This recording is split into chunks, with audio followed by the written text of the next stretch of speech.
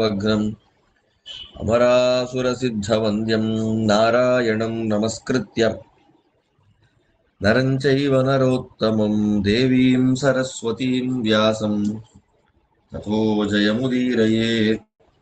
ಹರಿ ಓಂ.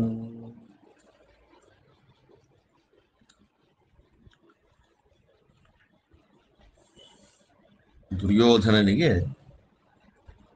ಅನೇಕ ಮುನಿಗಳೆಲ್ಲ ಉಪದೇಶ ಮಾಡ್ತಾ ಇದ್ರು. ಅಂಥ ಪುಣ್ಯ ಮಾಡಿರಬೇಕು. ದೊಡ್ಡವರ ಬಾಯಲ್ಲಿ ಸದುಪದೇಶವನ್ನ, ಶಾಸ್ತ್ರಗಳ ಉಪದೇಶವನ್ನ ಶ್ರವಣ ಮಾಡಬೇಕು ಅಂತಂದ್ರೆ ಅದಕ್ಕೊಂದು ದೊಡ್ಡ ಯೋಗ್ಯತೆ ಬೇಕು. ನಮಗೆ ಹೇಳುವವರ ಯೋಗ್ಯತೆ ಅಲ್ಲ, ಕೇಳೋಕ್ಕೂ ಒಂದು ಯೋಗ್ಯತೆ ಬೇಕು. ಹಾಗಿರುವಾಗ ಅವರಿಗೆಲ್ಲ ಗೊತ್ತು, ದುರ್ಯೋಧನ ಸಾಮಾನ್ಯ ರಾಜನಲ್ಲ, ಕ್ಷತ್ರಿಯನಲ್ಲ, ಮನುಷ್ಯನಲ್ಲ ಅಂತ ಗೊತ್ತಿದೆ. ಅವನು ಸಾಕ್ಷಾತ್ ಕಲಿ ಅನ್ನೋದರ ಸ್ಪಷ್ಟ ಜ್ಞಾನ ಆ ಭಗವಂತನ ಅಪರೋಕ್ಷ ಜ್ಞಾನಿಗಳಾದ ಆ ಎಲ್ಲ ಮುನಿಗಳಿಗಿದೆ. ಆದರೂ ದುಷ್ಟರ ಸ್ವಭಾವ ಎಷ್ಟು ಉಪದೇಶಗಳನ್ನ ಮಾಡಿದರೂ ಅದು ಬದಲಾವಣೆ ಆಗೋದಿಲ್ಲ ಅನ್ನೋದನ್ನು ಜಗತ್ತಿಗೆ ತೋರಿಸ್ಬೇಕು. ಅದಕ್ಕೆ ಇವರೆಲ್ಲ ಏನ್ ಮಾಡ್ತಾರೆ? ಉಪದೇಶ ಮಾಡ್ತಾರೆ. ಅದರಿಂದ ಆ ಉಪದೇಶದಿಂದ ಲಾಭ ಯಾರಿಗೆ ಅಂತಂದ್ರೆ ನಮಗೆ. ದುರ್ಯೋಧನಾದಿಗಳಿಗೆ ಅಲ್ಲವೇ ಅಲ್ಲ ಬಿಡಿ. ದುರ್ಯೋಧನ, ದುಶ್ಯಾಸನ ಇವರುಗಳಿಗೆಲ್ಲ ಏನು ಬಡ್ಕೋಬೇಕು ಲಾಭ? ಇದರ ಲಾಭ ಕೇಳ್ತಾ ಇದ್ದೀವಲ್ಲ ನಾವು, ನಮಗೆ. ಅದರಿಂದ ಡಂಬೋದ್ಭವನ ಚರಿತ್ರೆಯನ್ನ ಹೇಳಿ ಇನ್ನು ಮುಂದೆ ಮಾತಲಿ ಕನ್ಯಾ ಉಪಾಖ್ಯಾನವನ್ನು ನಿರೂಪಣೆ ಮಾಡ್ತಾ ಇದ್ದಾರೆ. ಅದರಲ್ಲಿ ಮಾತಲಿ ತನ್ನ ಮಗಳಾದ ಗುಣಕೇಶಿಗೆ ಹುಡುಗನನ್ನು ಹುಡುಕ್ತಾ ಭೂಮಿಯ ಕೆಳಗಿನ ಲೋಕಗಳಲ್ಲಿ ನಾರದರ ಜೊತೆಗೆ ಸಂಚಾರವನ್ನು ಮಾಡ್ತಾ ಇದ್ದಾರೆ. ಹಾಗಿರುವಾಗ ಮಹಾಜ್ಞಾನಿಗಳು ವಾಸ ಮಾಡತಕ್ಕಂತಹ ಲೋಕಗಳ ನಿರೂಪಣೆಯನ್ನು ಮಾಡಿ ನಿನಗೆ ಯಾರಿಷ್ಟ ನೋಡು ಅಂತ ಹೇಳಿದ್ದಕ್ಕೆ, ಈ ಬೇಡ ಸ್ವಾಮಿ, ಬೇರೆ ಕಡೆ ಕರ್ಕೊಂಡು ಹೋಗ್ಬಿಡು ಅಂತಂದ ಮಾತಲಿ. ಸರಿ ಅಂತ ನಾರದ್ರ ಅವನನ್ನು ಕರ್ಕೊಂಡು ಬಂದ್ರು. ಹೇಳ್ತಾರೆ, ಹಿರಣ್ಯಪುರಮಿತ್ಯೇತತ್ ಖ್ಯಾತಂ ಪುರವರಂ ಮಹತ್ ದೈತ್ಯಾನಾಂ ದಾನವಾನಾಂಚ ಮಾಯಾ ಶತವಿಹಾರಿಣಾಂ ಅನಲ್ಪೇನ ಪ್ರಯತ್ನೇನ ನಿರ್ಮಿತಂ ವಿಶ್ವಕರ್ಮಣಃ ಮಯೇನ ಮನಸಾ ಸೃಷ್ಟಂ ಪಾತಾಳತಳಮಾಶ್ರಿತಂ ಅತ್ರ ಮಾಯಾ ಸಹಸ್ರಾಣಿ ವಿಕುರ್ವಾಣಾ ಮಹೌಜಸಃ ದಾನವಾಃ ನಿವಸಂತಿ ಸ್ಮ ಶೂರಾ ದತ್ತವರಾಃ ಪುರಾ ನೈತೆ ಶಕ್ರೇಣ ನಾನ್ಯೇನ ಯಮೇನ ವರುಣೇನ ವಾ ಶಕ್ಯಂತೆ ವಶಮಾನೇತುಂ ತಥೈವ ಧನದೇನ ಚ ಪೌಲೋಮಾಃ ಕಾಲಕೇಯಾಶ್ಚ ಕಶ್ಯಪಸ್ಯ ಕುಲೋದ್ಭವಾಃ ನೈಋತಾ ಯಾತು ಧಾನಾಶ್ಚ ಬ್ರಹ್ಮಪಾದೋದ್ಭವಾಶ್ಚೈ ದಂಷ್ಟ್ರಿಣೋ ಭೀಮವೇಗಾಶ್ಚ ವಾಯುವೇಗಪರಾಕ್ರಮಾಃ ಮಾಯಾ ವೀರ್ಯೋಪಸಂಪನ್ನಾಃ ನಿವಸಂತ್ಯಾತ್ಮರಕ್ಷಿಣಃ ನಿವಾತಕವಚಾ ನಾಮ ದಾನವಾ ಯುದ್ಧದುರ್ಮದಾಃ ಜಾನಾಸಿ ಚ ಯಥಾ ಶಕ್ರೋ ನೈತಾನ್ ಶಕ್ನೋತಿ ಬಾಧಿತುಂ ಬಹುಶೋ ಮಾತಲೆ ತ್ವಂಚ ತವ ಪುತ್ರಶ್ಚ ಗೋಮುಖಃ ನಿರ್ಭಗ್ನೋ ದೇವರಾಜಶ್ಚ ಸಹ ಪುತ್ರಶ್ಚ ಚೀಪತಿಃ ಪಶ್ಯವೇಶ್ಮಾನಿ ರೌಕ್ಮಾಣಿ ಮಾತಲೆ ರಾಜತಾನಿ ಚ ಕರ್ಮಣಃ ವಿಧಿಯುಕ್ತೇನ ಯುಕ್ತಾನ್ಯುಪಗತಾನಿ ಚ ವೈಡೂರ್ಯ ಹರಿತಾನೀವ ಪ್ರವಾಳ ರುಚಿರಾಣಿ ಚ ಅರ್ಕಸ್ಫಟಿಕ ಶುಭ್ರಾಣಿ ವಜ್ರಸಾರೋಜ್ವಲಾನಿ ಚ ಪಾರ್ಥಿವಾನೀವ ಚಾಭಾಂತಿ ಪದ್ಮರಾಗಮಯಾನಿ ಚ ಶೈಲಾನೀವ ಚ ದೃಶ್ಯಂತೆ ತಾರಕಾಣೀವ ಚಾಪ್ಯುತ ಸೂರ್ಯರೂಪಾಣಿ ಚಾಭಾಂತಿ ದೀಪ್ತಾಗ್ನಿ ಸದೃಶಾನಿ ಚ ಮಣಿಜಾಲ ವಿಚಿತ್ರಾಣಿ ಪ್ರಾಂಶೂನಿ ವಿವಿಧಾನಿ ಚ ನೈತಾನಿ ಶಕ್ಯಂ ನಿರ್ದೇಷ್ಟುಂ ರೂಪತೋ ದ್ರವ್ಯತಸ್ತಥಾ ಗುಣತಶ್ಚೈವ ಸಿದ್ಧಾನಿ ಪ್ರಮಾಣ ಗುಣವಂತಿ ಚ. ನಾರದರು ಹೇಳ್ತಾರೆ, ನೋಡಪ್ಪ, ಅಲ್ಲಿಂದ ನಾವು ಕೆಳಗಿಳಿದು ಬಂದ್ವಲ್ಲ, ಈಗ ನೋಡು ನೋಡು ಈ ಲೋಕ, ಇದು ಅತ್ಯಂತ ದೊಡ್ಡದಾದಂತಹ ಪುರವರ, ಅತ್ಯಂತ ಪ್ರಸಿದ್ಧವಾದಂತಹ ಮೋಸ್ಟ್ ಫೇಮಸ್, ತುಂಬಾ ಸುಂದರವಾದಂತಹ ಒಂದು ನಗರ. ಯಾವ ನಗರ? ಹಿರಣ್ಯಪುರ ಅಂತ ಇದರ ಹೆಸರು. ಹಿರಣ್ಯಪುರ. ಈ ಹಿರಣ್ಯಪುರದಲ್ಲಿ ಯಾರ್ಯಾರು ವಾಸ ಮಾಡ್ತಾರೆ ಅಂದ್ರೆ ದೈತ್ಯರು, ದಾನವರು, ಇವರೆಲ್ಲ ವಾಸ ಮಾಡ್ತಾರೆ. ಎಂಥ ದೈತ್ಯ ದಾನವರು ಅಂದ್ರೆ ಮಾಯಾಶತ ವಿಹಾರಿಣ, ನೂರಾರು ಮಾಯೆಗಳಿಂದ ವಿಹಾರ ಮಾಡ್ತಾರೆ. ದೈತ್ಯ ದಾನವರಿಗೆ ಆಟ ಯಾವುದು ಅಂತಂದ್ರೆ ಮಾಯೆಗಳನ್ನ ಸೃಷ್ಟಿ ಮಾಡೋದೇ ಅವರ ಆಟ. ಆ ರೀತಿಯಾದ ನೂರಾರು ಮಾಯೆಗಳಿಂದ ವಿಹಾರ ಮಾಡುವಂತಹ ದೈತ್ಯ ದಾನವರುಗಳಿಗೆ ವಿಹಾರ ಭೂಮಿ ಈ ಹಿರಣ್ಯಪುರ.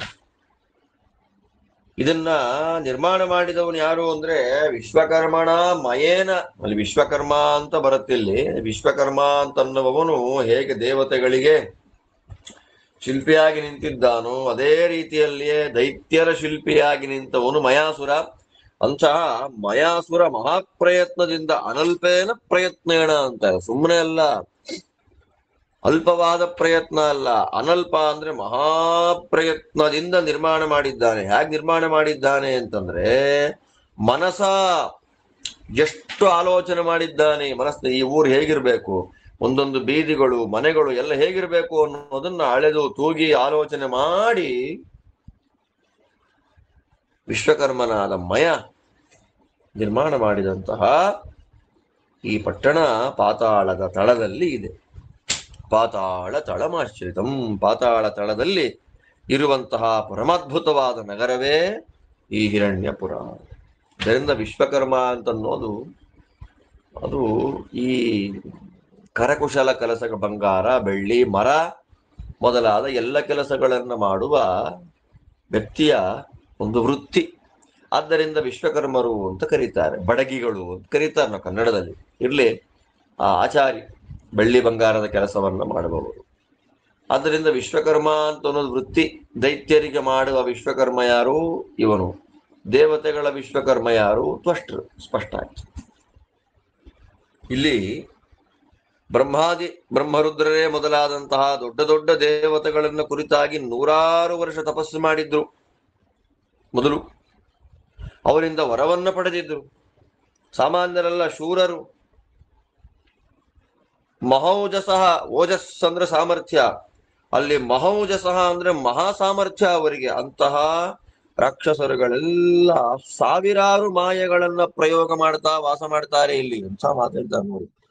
ಒಂದೆರಡು ಮಾಯೆ ಅಲ್ಲಪ್ಪ, ಸಾವಿರಾರು ಮಾಯೆಗಳನ್ನ ಪ್ರಯೋಗ ಮಾಡ್ತಾ ಬ್ರಹ್ಮರುದ್ರಾದಿ ದೇವತೆಗಳ ವರದಿಂದ ದರ್ಪಿತರಾದ, ಮಹಾ ಸಾಮರ್ಥ್ಯವಂತರಾದ, ಶೂರರು, ವೀರರಾದ ಲಕ್ಷಾಂತರ ದೈತ್ಯರುಗಳು ಇಲ್ಲಿ ವಾಸ ಮಾಡ್ತಾರೆ.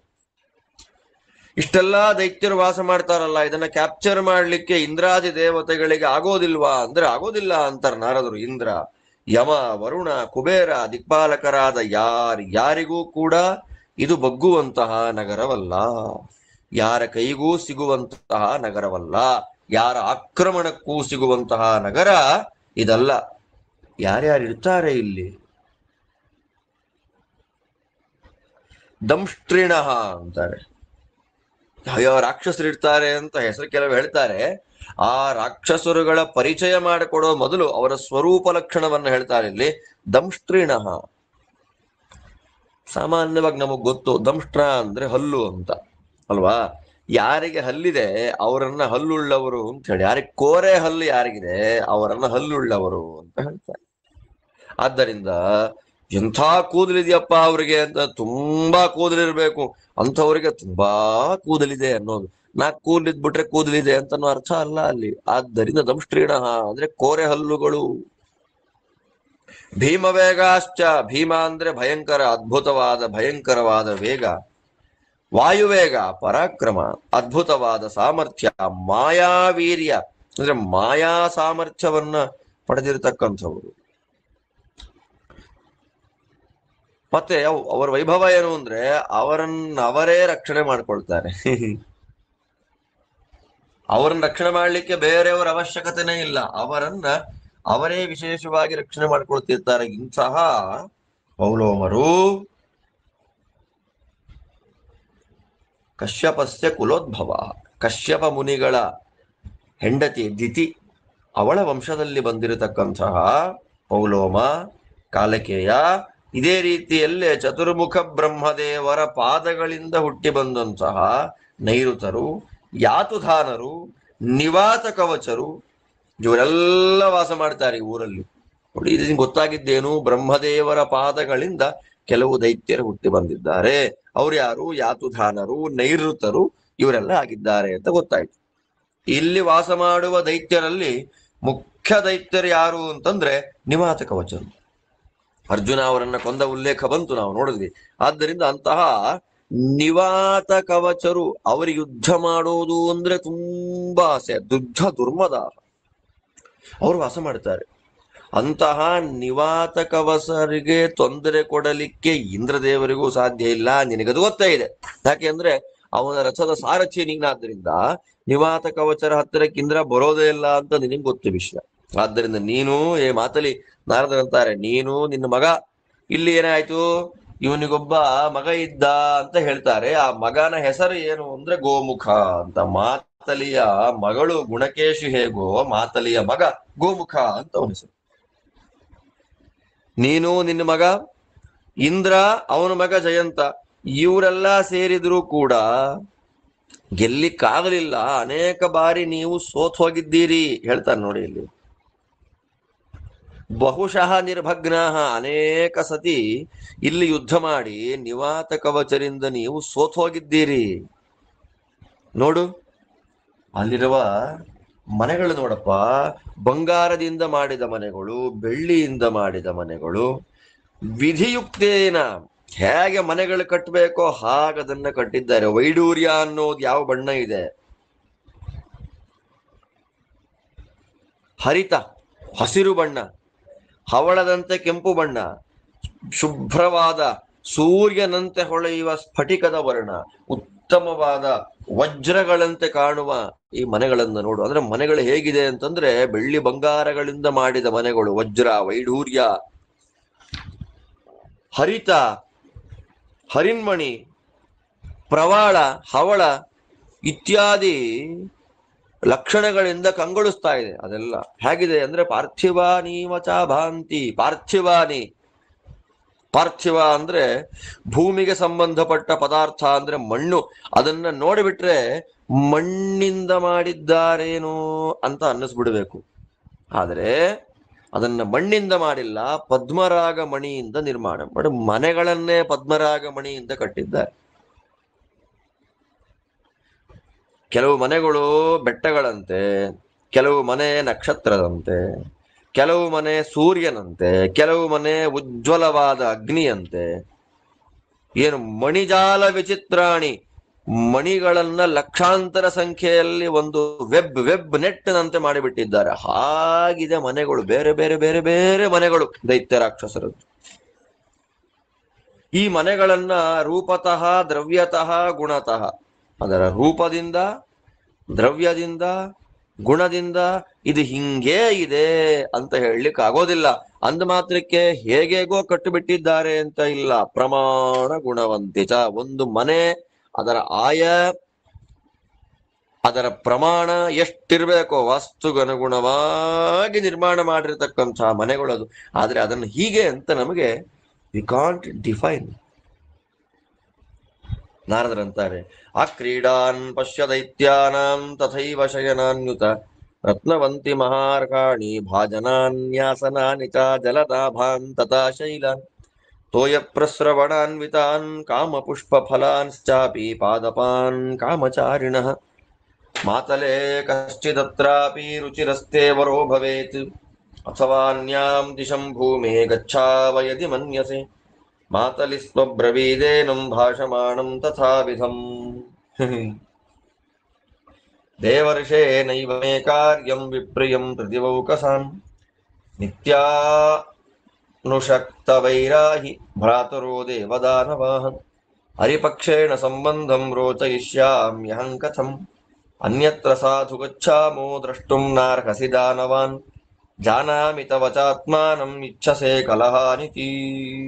ನಾರದರಂತಾರೆ, ನೋಡು ನೋಡು, ಮನೆಗಳು ಮಾತ್ರ ಅಲ್ಲಪ್ಪ, ದೈತ್ಯರು ಆಡುವ ಪಾರ್ಕ್ಗಳು ಹೇಗಿದೆ ನೋಡು.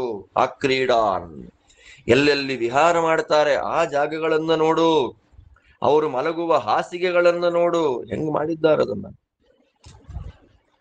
ಮಹಾರ್ಘಾಣಿ, ದೊಡ್ಡ ದೊಡ್ಡ ಬೆಲೆಗಳನ್ನ ಕೊಟ್ಟರು ನಿರ್ಮಾಣ ಮಾಡಲಿಕ್ಕೆ ಸಾಧ್ಯವಿಲ್ಲದ ರತ್ನಗಳಿಂದ ಮಾಡಿಬಿಟ್ಟಿದ್ದಾರೆ ಅವರ ಪಾತ್ರೆ, ಅವರು ಕೂತ್ಕೊಳ್ಳೋ ಆಸನ, ಅವರು ಕುಡಿಯುವ ಲೋಟ, ಉಣ್ಣುವ ಅನ್ನ ತಿನ್ನುವ ಪಾತ್ರೆಗಳು ಎಲ್ಲ ರತ್ನಗಳಿಂದ ನಿರ್ಮಾಣ ಮಾಡಿದ್ದಾರೆ. ನೋಡಲ್ಲಿ ವಾಟರ್ ಫಾಲ್ಸ್, ಬೇಕು ಅಂದಾಗ ನೀರಿನ ಪ್ರವಾಹವನ್ನು ಹರಿಸುವಂತಹ ಪರ್ವತಗಳಲ್ಲಿದೆ.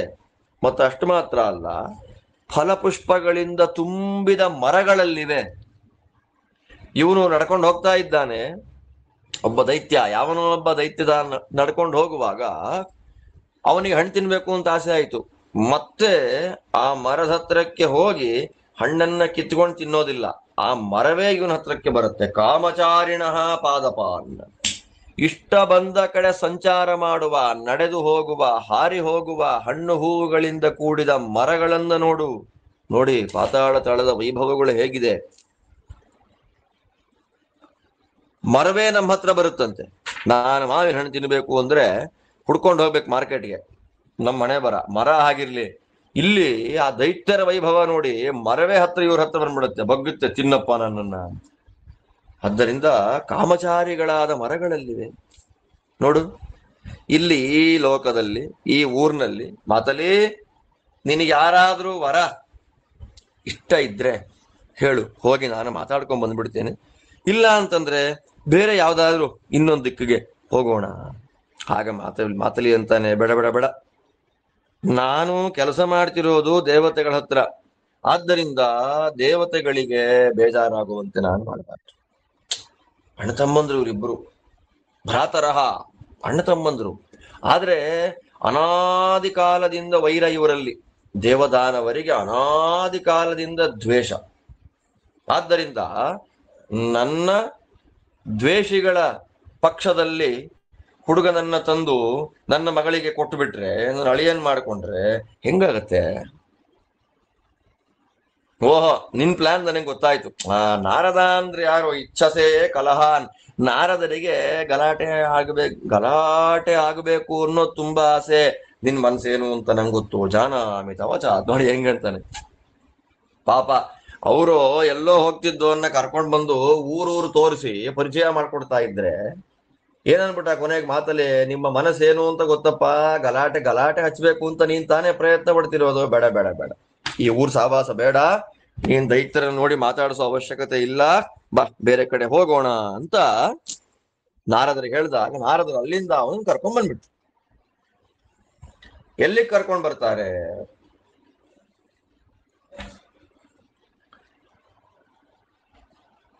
ಸುಪರ್ಣ ಲೋಕ ಅಂತ, ತುಂಬಾ ಸುಂದರವಾದ ಲೋಕಗಳು.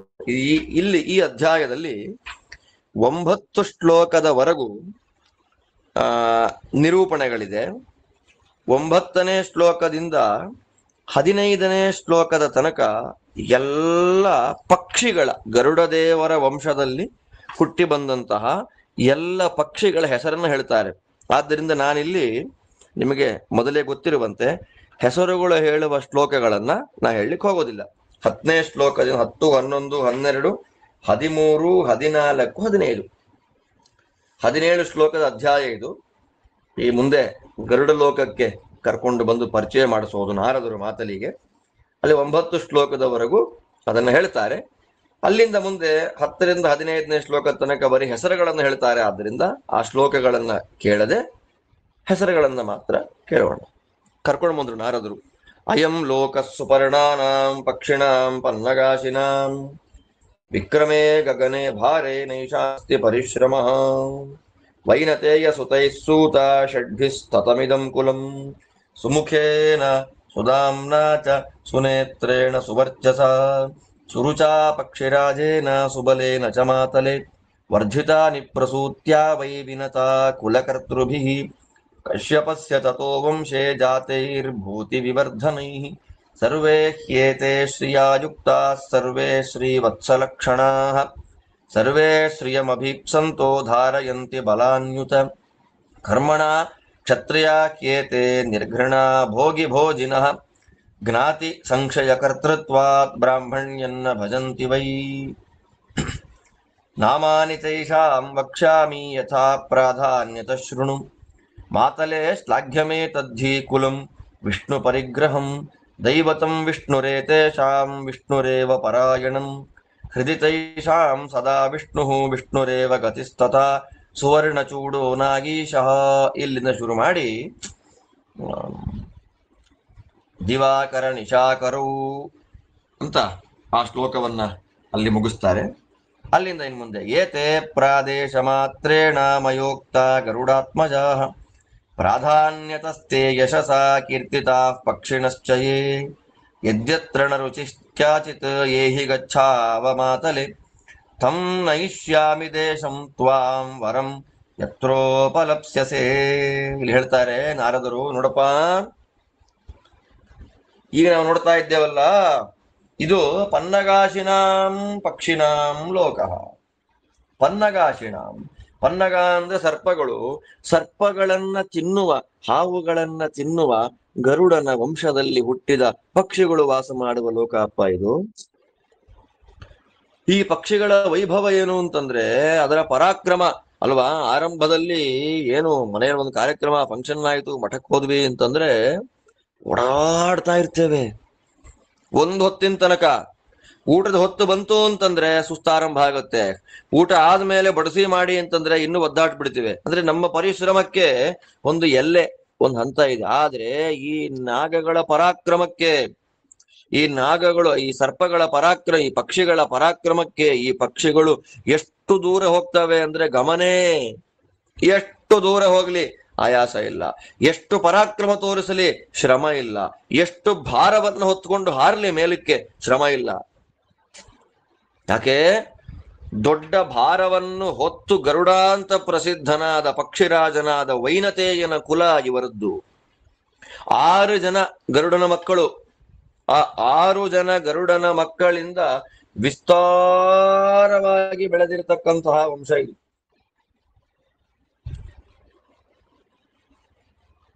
ವಿಸ್ತಾರವಾಗಿ ಬೆಳೆದಿರತಕ್ಕಂತಹ ವಂಶ ಇದು. ವರ್ಧಿತಾನಿ ಯಾರು ಆ 6 ಜನ? ಯಾರವರು? ಸುಮುಖ, ಸುಧಾಮ, ಸುನೇತ್ರ, ಸುವರ್ಚ, ಸುರುಕ್, ಸುಬಲ. ಈ 6 ಜನ ನಮ್ಮ ಗರುಡದೇವರ ಮಕ್ಕಳು. ಅದರಲ್ಲಿ ಸುಮುಖ, ಸುಧಾಮ, ಸುನೇತ್ರ, ಸುವರ್ಚ 4 ಆಯ್ತು. ಸುರುಕ್ ಅಂತ ಒಬ್ಬನ ಹೆಸರು, ಸುಬಲ ಅಂತ ಇನ್ನೊಬ್ಬನ ಹೆಸರು. ಅದರಲ್ಲಿ 5-6 ಜನ ಮಕ್ಕಳಲ್ಲಿ ಒಬ್ಬನಿಗೆ ಪಕ್ಷಿರಾಜ ಅಂತ ಬಿರುದನ್ನು ಕೊಟ್ಟಿದ್ದಾರೆ. ಸುರುಚಾ ಪಕ್ಷಿರಾಜೇನ. ಎಂಥ ಮಾತು ನೋಡಿ. ಯಾಕೆ ಆ ಸುರುಕ್ ಎನ್ನುವಂತಹ ಗರುಡದೇವರ ಮಗನಿಗೆ ಪಕ್ಷಿರಾಜ ಅಂತ ಯಾಕೆ ಹೆಸರು ಕೊಟ್ರು? ಉಳಿದ 5 ಜನಕ್ಕೆ ಏನಕ್ಕೆ ಕೊಡ್ಲಿಲ್ಲ? ಈ ಪ್ರಶ್ನೆಗಳೆಲ್ಲ ನಮ್ಮನ್ನು ಕಾಡುತ್ತೆ. ಬಟ್ ಈ ಪ್ರಶ್ನೆಗಳಿಗೆ ಯೋಗ್ಯವಾದಂತಹ ಉತ್ತರ ಅಂದ್ರೆ ಪ್ರಧಾನವಾಗಿ ಹೇಳಿದ್ದಾರೆ. ಆದ್ದರಿಂದ ಇತರ ಪುರಾಣಗಳಲ್ಲಿ ಅದಿರಬಹುದು ಅದಕ್ಕೆ ಬೇಕಾದ ಉತ್ತರ. ವಾಸ್ತವಿಕವಾಗಿ ನಮಗಿಲ್ಲಿ ಗೊತ್ತಾಗ್ತಾ ಇಲ್ಲ. ಅದನ್ನು ನೋಡಿದಾಗ ನೋಡಿ ನಾನು ಅದನ್ನ ಹೇಳುವಂತ ಪ್ರಯತ್ನ ಮಾಡ್ತೇನೆ. ಯಾಕೆ ಸುರುಕ್ ಎನ್ನುವನಿಗೆ ಪಕ್ಷಿರಾಜ ಅಂತ ಯಾಕೆ ಕರೀತಾರೆ ಗೊತ್ತಿಲ್ಲ. ಈ ವರ್ಧಿತಾನಿ ಪ್ರಸೂತ್ಯಾವೈ, ಆ ಗರುಡದೇವರ ಸಂತತಿ ಪರಂಪರೆಯಿಂದ ಬೆಳೆದು ಬಂದ ಈ ಪಕ್ಷಿಯ ಕುಲಗಳು. ವಿನತಾ ಕುಲಕರ್ತೃಭಿ, ವಿನತಾ ಕುಲಕರ್ತೃಭಿ, ವಿನುತಾದೇವಿ ಕಶ್ಯಪನ ಹೆಂಡತಿ ವಿನುತಾದೇವಿ. ಆ ವಿನುತಾದೇವಿಯ ವಂಶವನ್ನ ಬೆಳೆಸ್ತಕ್ಕಂತಹ ಗರುಡದೇವರ ವಂಶಕ್ಕೆ ಸೇರಿದ ಸಹಸ್ರಾಣಿ ಶತಾನಿ ಸಾವಿರಾರು ನೂರಾರು ಸಂಖ್ಯೆಯ ಪಕ್ಷಿ ಜಾತಿಗಳು ವಾಸ ಮಾಡ್ತಾ ಇದ್ದೆ ಇಲ್ಲಿ. ಇಂಥರವರೆಲ್ಲ ಭೂತಿ ವಿವರ್ಧನೈಹಿ ಅಂತಾರೆ. ಆ ಭೂತಿ, ಆ ಸಂತತಿ, ಆ ಗರುಡದೇವರ ವಂಶದಲ್ಲಿ ಬಂದ ಆ ಪಕ್ಷಿಗಳು, ಆ ಪಕ್ಷಿಯ ಜಾತಿಗಳು ಬರೀ ಸಂತಾನವನ್ನ ವೃದ್ಧಿ ಮಾಡ್ಕೊಳ್ಳೋದಿಲ್ವಂತೆ, ಮತ್ತೆ ಭೂತಿ ವಿವರ್ಧನೆ, ಐಶ್ವರ್ಯವನ್ನು ಅಭಿವೃದ್ಧಿ ಮಾಡಿಕೊಳ್ಳುತ್ತೆ. ಅಂಥ ಪಕ್ಷಿ ಜಾತಿ ಅದು. ಅವರೆಲ್ಲ ಹೇಗಿದ್ದಾರೆ? ಎಲ್ಲರೂ ಸಂಪತ್ತಿನಿಂದ ಕೂಡಿದ್ದಾರೆ. ಮತ್ತೆ ದೇವರ ಅನುಗ್ರಹ ಅವ್ರಿಗೇನು ಅಂದ್ರೆ ಸರ್ವೇ ಶ್ರೀವತ್ಸ ಲಕ್ಷಣ. ಇಲ್ಲಿ ಶ್ರೀವತ್ಸ ಲಕ್ಷಣ ಅನ್ನೋ ಶಬ್ದ ತುಂಬಾ ಭಾರದಿಂದ ಕೂಡಿರುವಂತಹ ಶಬ್ದ ಇದು. ಶ್ರೀವತ್ಸ ಲಕ್ಷಣ ಅಂತ ಹೇಳಿದ್ರು. ಏನು ಶ್ರೀವತ್ಸ ಅನ್ನೋದು ಭಗವಂತನ ಅಸಾಧಾರಣವಾದ ಲಕ್ಷಣ. ವಿನಾ ಶ್ರೀವತ್ಸ ಕೌಸ್ತುಭೇ ಅಂತ ಹೇಳ್ತಾರೆ. ಅಲ್ಲೇ ಬಂತು, ಇಲ್ಲೇ ಮಹಾಭಾರತದಲ್ಲಿ ನೋಡಿದ್ವಿ ನಾವು ಅದನ್ನ. ಶ್ರೀವತ್ಸ ಕೌಸ್ತುಭಗಳ ವಿನ ಮಿಕ್ಕೆಲ್ಲವೂ ಇರುತ್ತೆ. ಯಾಕೆ ಕೌಸ್ತುಭ ಅನ್ನೋದು ಬ್ರಹ್ಮದೇವರಿಂದ ಅಭಿಮನ್ಯಮಾನವಾದ ಪದಾರ್ಥ. ಶ್ರೀವತ್ಸ ಅನ್ನೋದು ಮಹಾಲಕ್ಷ್ಮಿ ದೇವಿನೇ ಸಾಕ್ಷಾತ್ತಾಗಿ ವಾಸ ಮಾಡುವ ಪ್ರದೇಶ. ಅದು ಆ ಶ್ರೀವತ್ಸ ಅಂತನ್ನೋದು ಗರುಡ ದೇವರ ವಂಶದಲ್ಲಿ ಬಂದ ಪಕ್ಷಿಗಳ ಮೈ ಮೇಲಿದೆ ಅಂತ ಅನ್ನೋದನ್ನ ಹೇಗೆ ಅಕ್ಸೆಪ್ಟ್ ಮಾಡೋದು ಅಂದ್ರೆ, ಶ್ರೀವತ್ಸ ಅಂತಂದ್ರೆ ಶ್ರೀ ಅಂದ್ರೆ ಕಾಂತಿ, ವತ್ಸ ಅಂದ್ರೆ ಚಿಹ್ನೆ, ಕಾಂತಿಯಿಂದ ಕೂಡಿದ ಭಗವಂತನ ಚಿಹ್ನೆಗಳು ಅಂತ ಅರ್ಥ ಮಾಡ್ಬೇಕು ನಾವು. ಯಥಾಕಥಂಚಿತ್ ಭಗವಂತನ ಸನ್ನಿಧಾನ ವಿಶೇಷ ಇವರಲ್ಲಿದೆ, ಆದ್ದರಿಂದ ಶ್ರೀವತ್ಸಗಳು ಕಾಣುತ್ತೆ ಅಂತ ಅರ್ಥ ಮಾಡಿಕೊಂಡ್ರು. ಶ್ರೀವತ್ಸ ಲಕ್ಷಣ ಅಂತನ್ನೋದು ಅಸಾಧಾರಣವಾದ ಭಗವಂತನ ಲಕ್ಷಣ. ಆದ್ದರಿಂದ ಅದನ್ನು ಈ ಪಕ್ಷಿಗಳಲ್ಲಿದೆ ಅಂತಂದು ಬಿಟ್ರೆ ಸಮಸ್ಯೆ ಆಗುತ್ತೆ.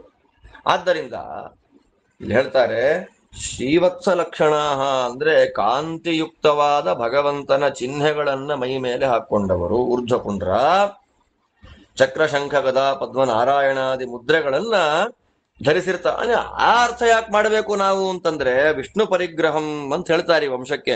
ವೈಷ್ಣವ ವಂಶ, ಸದ್ವೈಷ್ಣವ ಕುಲ ಗರುಡ ದೇವರ ಕುಲ. ಆದ್ದರಿಂದ ಈ ಅರ್ಥ ಕೂಡತ್ತೆ. ಅವ್ರು ಎಲ್ಲರಿಗೂ ಸಂಪತ್ತಿದೆ, ಸಂಪತ್ತು ಬೇಕು. ಅದಕ್ಕಾಗಿ ಆ ಸಂಪತ್ತನ್ನ ಸಂಪಾದನೆ ಮಾಡುವ ದಾರಿಯಲ್ಲಿ ಮಹಾಬಲವನ್ನ ಹೊಂದಿರತಕ್ಕಂಥ ಜ್ಞಾನಿಗಳು ಎಲ್ಲ ಪಕ್ಷಗಳು. ಆದ್ರೆ ದೇವರಿವರಿಗೆ ಕೊಟ್ಟಂತಹ ಕೆಲಸ ಏನು ಅಂತಂದ್ರೆ ಕ್ಷತ್ರಿಯ ಕರ್ಮ. ಇವ್ರಿಗೆ ಘೃಣ ಅಂತ ಅನ್ನೋದಿಲ್ಲ. ಘೃಣ ಅಂದ್ರೆ ಏನು? ದಯ. ಇವರು ನಿರ್ಘೃಣಾಹ ಅಂತಂದ್ರೆ ಏನು? ದಯ ಅನ್ನೋದೇ ಇಲ್ಲ. ಯಾಕೆ? ಇವರ ಆಹಾರ ಯಾವುದು ಅಂತಂದ್ರೆ ಸರ್ಪ. ಅಯ್ಯೋ ಪಾಪ ಸರ್ಪ ಅಂತ ಆ ಸರ್ಪಗಳ ಮೇಲೆ ಅಭಿಮಾನ ಬಂದ್ರೆ, ದಯಾ ಕರುಣ ಅನ್ನೋದು ಬಂದ್ರೆ ತಿನ್ಲಿಕ್ಕಾಗುತ್ತಾ? ಆಗೋದಿಲ್ಲ. ಆದ್ದರಿಂದ ಇವರೆಲ್ಲ ಭೋಗಿ ಎಂದು ಸರ್ಪಗಳು. ಆ ಸರ್ಪವನ್ನ ದಯ ಇಲ್ಲದೆ ತಿನ್ನುವಂತಹ ಇವರು ಈ ಕೆಲಸದಿಂದ ಕ್ಷತ್ರಿಯ ಅಂತ ಅನ್ನಿಸ್ಕೊಳ್ತಾರೆ. ಯಾಕೆ? ಜಾತಿ ಸಂಶಯ ಕರ್ತೃತ್ವ. ಸರ್ಪಗಳಿಗೂ ಪಕ್ಷಿಗಳಿಗೂ ದಾಯಾದಿತನ ಇದೆ. ಕದ್ರುವಿನ ಮಕ್ಕಳು ನಾಗಗಳಿವರೆಲ್ಲ, ವಿನುತೆಯ ಮಕ್ಕಳು ಪಕ್ಷಿಗಳೆಲ್ಲ. ದಾಯಾದಿಗಳನ್ನೇ ತಿಂತಾ ಇದ್ದಾರೆ ಇವರು ಅಂತಂದ್ರೆ ದಯ ಇಲ್ಲ ಅವರಿಗೆ. ಆದ್ದರಿಂದ ಇದು ಕ್ಷತ್ರಿಯರ ಕರ್ಮ. ಆದ್ದರಿಂದ ಬ್ರಾಹ್ಮಣರ ಗುಣವಾಗಿರತಕ್ಕಂತಹ ದಯ ಇವರಲ್ಲಿಲ್ಲ. ಆದ್ದರಿಂದ ಇವರು ಬ್ರಾಹ್ಮಣರಲ್ಲ. ಬ್ರಾಹ್ಮಣ್ಯಂ ಅಂದ್ರೆ ಅರ್ಥ ಏನು? ಬ್ರಾಹ್ಮಣ ಜಾತೇರ್ ಧರ್ಮಂ ದಾಕ್ಷಿಣ್ಯಂ ಅಂತ ವಾದಿರಾಜ ಸ್ವಾಮಿಗಳು ಇಲ್ಲಿ ಬ್ರಾಹ್ಮಣ್ಯನ್ನ ಲಭಂತಿ ವೈ ಅನ್ನುವಂತಹ ಪದಕ್ಕೆ ವ್ಯಾಖ್ಯಾನ ಮಾಡಬೇಕಾದ್ರೆ, ಬ್ರಾಹ್ಮಣ್ಯಂ ಇವರಿಗೆ ಕ್ಷತ್ರಿಯರಿಗೆ ಯೋಗ್ಯವಾದಂತಹ ಒಂದು ಗುಣ ಇದೆ. ಕ್ಷತ್ರಿಯ ಯೋಗ್ಯವಾದ ಗುಣ ಯಾವುದು? ಕ್ಷತ್ರಿಯ ಯೋಗ್ಯವಾದ ಗುಣ ದಯಾರಾಹಿತ್ಯ, ದಯ ಇಲ್ಲ. ಆದ್ದರಿಂದ ಇವರಿಗೆ ಬ್ರಾಹ್ಮಣ್ಯ ಇಲ್ಲ. ಬ್ರಾಹ್ಮಣ್ಯ ಅಂದ್ರೇನು? ದಯಾ, ದಾಕ್ಷಿಣ್ಯ ಇವರಲ್ಲಿಲ್ಲ. ಅವ್ರ ಹೆಸರನ್ನು ಹೇಳ್ತೀನಿ ಕೇಳು. ಎಲ್ಲರ ಹೆಸರು ಹೇಳೋದಿಲ್ಲ, ಪ್ರಾಧಾನ್ಯತಃ ಮುಖ್ಯರಾದವರ ಹೆಸರುಗಳನ್ನ ಹೇಳ್ತೀನಿ. ಈ ವಂಶ ಅತ್ಯಂತ ಸ್ತುತ್ಯವಾದ ವಂಶ. ನಾವೆಲ್ಲರೂ ಸ್ತೋತ್ರ ಮಾಡಬೇಕಾದ ವಂಶ, ಹೊಗಳಬೇಕಾದ ವಂಶ. ಯಾಕೆ ಅಂತಂದ್ರೆ ಈ ವಂಶವನ್ನ ಭಗವಂತ ನನ್ನದ್ದೂ ಅಂತ ಇಟ್ಕೊಂಡಿದ್ದಾನಪ್ಪ. ಅದರಿಂದ ನಾವು ಲೋಕದಲ್ಲಿ ಸಾಧಕರು ಅಂತ ಆಗಬೇಕಾದ್ರೆ, ನಮ್ಮ ಸದ್ಗುಣಗಳನ್ನ ಜನ ಹೊಗಳ್ತಾರೆ ಅಂತ ಆಗಬೇಕು ಅಂದ್ರೆ ನಮ್ಮಲ್ಲಿ ಇರಬೇಕಾದ್ದು ಏನು? ಇವನು ಜನಗಳಿಗೆ ಬೇಕಾದವನ, ದೇವರಿಗೆ ಬೇಕಾದವನ? ಇವನ ನಡೆ ನುಡಿ, ಇವನ ಆಚಾರ ವ್ಯವಹಾರ ಎಲ್ಲ ಜನಗಳಿಗಿಷ್ಟ ಆಗೋ ಹಾಗಿದ್ಯಾ, ದೇವರಿಗಿಷ್ಟ ಆಗೋ ಹಾಗಿದ್ಯಾ ಅನ್ನೋದ್ರ ಮೇಲೆ ಡಿಪೆಂಡ್ ಆಗತ್ತೆ. ನನ್ನನ್ನ ಇವತ್ತು ಹೊಗಳಬಹುದು, ನಾಳೆ ಸತ್ತ ಮೇಲೆ ಸತ್ತ ನೋಡವನು ಏನೋ ಅವನು ಬದುಕಿರುವಾಗ ಅವನ ಭಯದಿಂದ, ಅವನ ಪ್ರಭಾವದಿಂದ ಅವನ ಬಗ್ಗೆ ಒಳ್ಳೆ ಮಾತಾಡ್ತಾ ಇದ್ವಿರಿ. ಸತ್ತ ನೋಡಿ ಅವನು ಹಾಳಾದವನು. ಇಷ್ಟಿಷ್ಟೆಲ್ಲ ದುರ್ಗುಣಗಳಿತ್ತವನಲ್ಲಿ ಅಂತ ಪಟ್ಟಿ ಮಾಡ್ಲಿಕ್ಕೆ ಶುರು ಮಾಡುತ್ತೆ ಸಮಾಜ. ಆದ್ದರಿಂದ ನಾವು ವಿಷ್ಣು ಪರಿಗ್ರಹೀತರಾಗಬೇಕು, ವಿಷ್ಣು ವೈಷ್ಣವರಿಗೆ ಪ್ರಿಯರಾಗಬೇಕು. ನಮ್ಮ ಕರ್ಮ. ಆದ್ದರಿಂದ ಯಾರೋ 4 ಜನಕ್ಕೆ ಪ್ರೀತಿಯಾಗ್ಲಿ, ಊರ್ನವ್ರು ಸಂತೋಷ ಪಡ್ಲಿ, ಜನಗಳು ಖುಷಿಯಾಗ್ಲಿ ಅಂತ ನಮ್ಮ ಎಲ್ಲ ಮಾಡುವ ಪ್ರತಿಯೊಂದು ಊರನ್ನ ಮೆಚ್ಚಿಸುವಂತೆ ಇದ್ರೆ ಅದು ವಿಷ್ಣು ಪ್ರೀತಿಕರವಾಗೋದಿಲ್ಲ. ವಿಷ್ಣು ಪ್ರೀತಿಕರಾಗಬೇಕು ಅಂತ ಇದ್ರೆ 99 ಭಾಗ ಊರು ಮೆಚ್ಚೋದಿಲ್ಲ. ನಮಗೆ ಯಾವುದು ಬೇಕು? ಊರ, ಭಗವಂತನ ಊರ, ಜನಗಳ ಊರ, ಭಗವಂತನ ಊರ ಅಂತಂದ್ರೆ ನಾವು ಭಗವಂತನ ಊರಿಗೆ ಹೋಗ್ಲಿಕ್ಕೆ ಬಂದವರು. ಜನಗಳ ಮಧ್ಯದಲ್ಲಿ ನಮ್ಮನ್ನ ಭಗವಂತ ಬಿಸಾಕಿದ್ ಯಾಕೆ ಅಂತಂದ್ರೆ ಇಲ್ಲಿನ ಎಲ್ಲ ದುಡ್ಡಿನ ಮದ, ವಂಶದ ಮದ, ವಿದ್ಯೆಯ ಮದ, ಎಲ್ಲ ಮದಗಳ ಮಧ್ಯದಲ್ಲಿ ಬಿಸಾಕಿ ಮಗನೇ ಸಾಧನೆ ಮಾಡ್ಕೊಂಬ, ಆಮೇಲೆ ನೋಡ್ತೀನಿ ನಿನ್ನ ಅಂತ ಪರೀಕ್ಷೆ ಮಾಡ್ಲಿಕ್ಕೆ ಆಗ್ತಾ ಅಂದೇವ್. ನಾನಾ ಮದದಲ್ಲೇ ಹೊರಳಿ ಬರಳಲಿ ಬೆಂಡಾಗಿ ತುಡುಗಾಡಿ ಬಿದ್ದು ಬಿಟ್ರೆ ಭಗವಂತನ ಊರಿಗೆ ಏಣಿ ನಮಗೆ ಸಿಗೋದೇ ಇಲ್ಲ. ಭಗವಂತನ ಊರಿನ ಏಣಿ ಯಾವುದು? ರಾಜರು ಹೇಳ್ತಾರಲ್ಲ, ಶ್ರವಣಂ ಮನನಂ ಧ್ಯಾನಂ ತಥಾ ಸಾಕ್ಷಾತ್ ಕೃತಿರ್ಹರೇ ಭಕ್ತಿ ಪ್ರಸಾದ ಇತ್ಯೇತೆ ಮುಕ್ತೆ ಸೋಪಾನ ಪಂಕ್ತಯ ಆವನ ಶ್ರವಣ ಮನನ ನಿಧಿಧ್ಯಾಸನ ಆ ವಿಷ್ಣುವಿನ ಭಕ್ತಿ ಮಹಾಪ್ರಸಾದಂಗಳು ಕೈವಲ್ಯ ಪದಕಿವೆ ನಿಚ್ಚಣಿಕೆ. ರಾಜರದ್ದೇ, ಎರಡೂ ರಾಜರದ್ದೇ ಮಾತು. ಒಂದು ಯುಕ್ತಿ ಮಲ್ಲಿಕೆಯದ್ದು, ಇನ್ನೊಂದು ನಮಗೆ ಉಪದೇಶವನ್ನ ಮಾಡಲಿಕ್ಕೆ ಬಂದದ್ದು ಹಾಡು ನಾರಾಯಣನ ನೆನೆ. ಆದ್ರೆ ನಾವೇನ್ ಮಾಡ್ತೀವಿ? ಆ ನಾರಾಯಣನ ನೆನೆಯೋದಿಲ್ಲ. ರಾಜರಲ್ಲಿ ಹೇಳಿದ ಪ್ರಮೇಯಗಳ ಅನುಸಂಧಾನ ಇಲ್ಲ. ಆ ಹಾಡನ್ನು ಹೇಳ್ತಾ ಇರ್ತೇವೆ ಅಷ್ಟೇ ನಾವು. ರಾಗವಾಗಿ ಹಾಡು ಹೇಳಿಬಿಟ್ರೆ ಮನಸ್ಸಿಗೆ ಸಂತೋಷ ಆಯ್ತು. ತತ್ವಜ್ಞಾನ ಎಲ್ಲಿ ಬಂತು? ಪ್ರಮೇಯ ಜ್ಞಾನ ಎಲ್ಲ ಆಯ್ತು. ಕ್ವಶನ್ ನಮ್ಗೆ ಇಲ್ವೇ ಇಲ್ಲ. ಆದ್ದರಿಂದ ಊರಿನಲ್ಲಿ ಬಿದ್ದಾಗ ನಾವಿಲ್ಲಿಂದ ಮೇಲೆ ಹೋಗ್ಬೇಕು ಅಂತಂದ್ರೆ ನಿಚ್ಚಣಿಕೆಗಳು, ಏಣಿ ಇದೆ, ಮೆಟ್ಟಿಲುಗಳಿವೆ. ಯಾವುದು ಮೆಟ್ಟಿಲು? ಶ್ರವಣ ಮನನ ಧ್ಯಾನ ಸಾಕ್ಷಾತ್ಕಾರ, ಅವನ ಭಕ್ತಿ, ನಂತರ ಅವನ ಪ್ರಸಾದ, ಇದೆಲ್ಲವೂ ಮೋಕ್ಷಕ್ಕೆ ಏಣಿ. ಅದನ್ನ ನಾವು ದರ್ಶನ ಮಾಡಬೇಕು. ಆ ಏಣಿಯನ್ನು ಹತ್ಕೊಂಡು ಮೇಲೆ ಹೋಗಬೇಕು ಅಂದ್ರೆ ನಮಗೆ ಮುಖ್ಯವಾಗಿ ಬೇಕಾದ್ದು ಯಾವುದು? ಸಾಧನಾ ಭೂಮಿ. ಆ ಸಾಧನಾ ಭೂಮಿ ನಮಗೆ ಪಕ್ವವಾಗಿ ರೆಡಿಯಾಗಿ ಬರಬೇಕು ಅಂತಂದ್ರೆ ನಾವು ಯಾರ ಕಡೆಯವರಾಗಿರ್ಬೇಕು? ವಿಷ್ಣು ವೈಷ್ಣವರ ಕಡೆಯವರಾಗಿರ್ಬೇಕು. ಹೇಳ್ತಾರೆ, ಇಲ್ಲಿರುವ ಎಲ್ಲರಿಗೂ ದೇವರು ಅಂದ್ರೆ ಯಾರು ಅಂದ್ರೆ ವಿಷ್ಣುವೇ. ದೈವತಂ ವಿಷ್ಣುರೇತೇಶ. ಅವರಿಗೆ ಪರಮಗತಿ, ಪರಮಾಶ್ರಯ ಯಾರು ಅಂತಂದ್ರೆ ವಿಷ್ಣುವೇ. ಇವರ ಹೃದಯದಲ್ಲಿ ಯಾರಿರ್ತಾನೆ ಅಂದ್ರೆ ಯಾವಾಗಲೂ ವಿಷ್ಣುವೇ. ಅಂದ್ರೆ ಯಾವಾಗಲೂ ಸ್ಮರಣೆ ಮಾಡ್ತಾನೆ ಇರ್ತಾರೆ ಭಗವಂತನದ್ದು. ಮತ್ತೆ ಇವರಿಗೆ ಗತಿ ಯಾರು ಅಂತಂದ್ರೆ ವಿಷ್ಣುವೇ. ಹೃದಯದಲ್ಲಿ ವಿಷ್ಣು, ನಾಲಿಗೆಯಲ್ಲಿ ವಿಷ್ಣು. ಯಾರಾದ್ರೂ ನಿಮ್ಮ ದೇವರು ಯಾರು ಅಂತ ಕೇಳಿದ್ರೆ ವಿಷ್ಣು. ನೀವು ಯಾರನ್ನ ಆಶ್ರಯ ಮಾಡ್ಕೊಂಡಿದ್ದೀರಾ ಅಂದ್ರೆ ವಿಷ್ಣು. ನಾಳೆ ಬೆಳಗ್ಗೆ ನೀವು ಯಾರ ಮನೆಗೆ ಹೋಗ್ತೀರಾ ಅಂದ್ರೆ ವಿಷ್ಣು. ಅಂಥ ಪರಮ ಸುಂದರವಾದ ಸದ್ವೈಷ್ಣವ ಕುಲ ನಮ್ಮ ಗರುಡದೇವರ ವಂಶ. ಅವ್ರ ಹೆಸರು ಹೇಳ್ತೀನಿ ಕೇಳಪ್ಪ ಅಂತ ಹೇಳಿ. ಸುವರ್ಣಚೂಡ, ನಾಗಾಶಿ, ದಾರುಣ, ಚಂಡತುಂಡ, ಅನಿಲ, ಅನಲ, ವಿಶಾಲಾಕ್ಷ, ಕುಂಡಲಿ, ಕಾಶ್ಯಪಿ, ಧ್ವಜ ವಿಷ್ಕಂಭ, ವೈನತೇಯ, ವಾಮನ, ವಾತವೇಗ, ನಿಶಾಚಕ್ಷು, ನಿಮೇಷ, ಅನಿಮಿಷ, ತ್ರಿವಾರ, ಸಪ್ತವಾರ, ವಾಲ್ಮೀಕಿ, ದ್ವೀಪಕ, ದೈತ್ಯದ್ವೀಪ, ತಪೋದ್ವೀಪ, ಸಾರಸ, ಪದ್ಮಲೋಚನ, ಸುಮುಖ, ಚಿತ್ರಕೇತು, ಚಿತ್ರಬರಹ, ಅನಘ, ಮೇಘಹೃತ್, ಕುಮುದ, ದಕ್ಷ, ಸರ್ಪಾಂತ, ಸೋಮಭೋಜನ, ಗುರುಭಾರ, ಕಪೋತ, ಸೂರ್ಯನೇತ್ರ, ಚಿರಾಂತಕ, ವಿಷ್ಣುಧನ್ವಾ, ಕುಮಾರ, ಪರಿಬರಹ, ಹರಿ, ಸುಸ್ವರ. ಎಂತಂತ ಹೆಸರು ನೋಡಿ. ಮಧುಪರ್ಕ, ಹೇಮವರ್ಣ, ಮಲಯ, ಮಾತರಿಶ್ವ, ದಿವಾಕರ, ನಿಶಾಕರ. ಇದು ಏತೇ ಪ್ರಾದೇಶ ಮಾತ್ರೇಣ.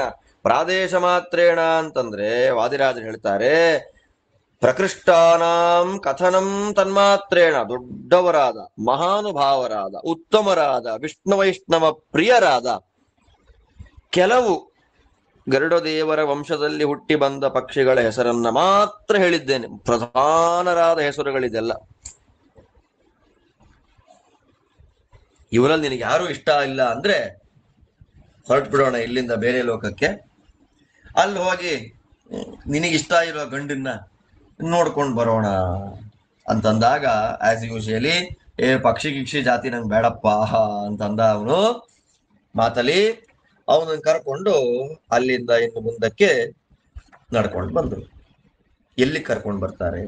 ಇದಂ ರಸಾತಳಂ ನಾಮ ಸಪ್ತಮಂ ಪೃಥಿವೀತಲಂ ಯತ್ರಾಸ್ತೆ ಸುರಭಿರ್ಮಾತಾ ಗವಾಂ ಅಮೃತ ಸಂಭವ ಕ್ಷರಂತಿ ಸತತಂ ಕ್ಷೀರಂ ಪೃಥಿವೀ ಸಾರ ಸಂಭವಂ ಷಣ್ಣಾಂ ರಸಾನಾಂ ಸಾರೇಣ ರಸಮೇಕಮನುತ್ತಮಂ ಅಮೃತೇನಾಭಿತೃಪ್ತಸ್ಯ ವಾಚಮುದ್ಗಿರತಃ ಪುರಾ ಪಿತಾಮಹಸ್ಯ ವದನಾತ್ ಉದತಿಷ್ಠದನಿಂದಿತ ಯಸ್ಯಾಹ ಕ್ಷೀರಸ್ಯ ಧಾರಾಯ ನಿಪತಂತ್ಯಾ ಮಹೀತಳೆ ಹೃದಃ ಕೃತಃ ಕ್ಷೀರನಿಧಿಃ ಪವಿತ್ರಂ ಪರಮಂ ಪದಂ ಪುಷ್ಪಿತಸ್ಯೈವ ಫೇನೇನ ಪರ್ಯಂತಮನುವೇಷ್ಟಿತಂ ಪಿಬಂತೋ ನಿವಸಂತ್ಯತ್ರ ಫೇನಪಾ ಮುನಿಸತ್ತಮಾಃ ಫೇನಪಾ ನಾಮ ತೇ ಖ್ಯಾತಾಃ ಫೇನಾಹಾರಾಶ್ಚ ಮಾತಲೆ ಉಗ್ರೇ ತಪಸಿ ವರ್ತಂತೆ ಯೇಷಾಂ ಬಿಭ್ಯತಿ ದೇವತಾಃ ಅಸ್ಯಾಶ್ಚತಸ್ರೋ ಧೇನ್ವೋಸ್ಯಾದಿಕ್ಷು ಸರ್ವಾಸು ಮಾತಲೆ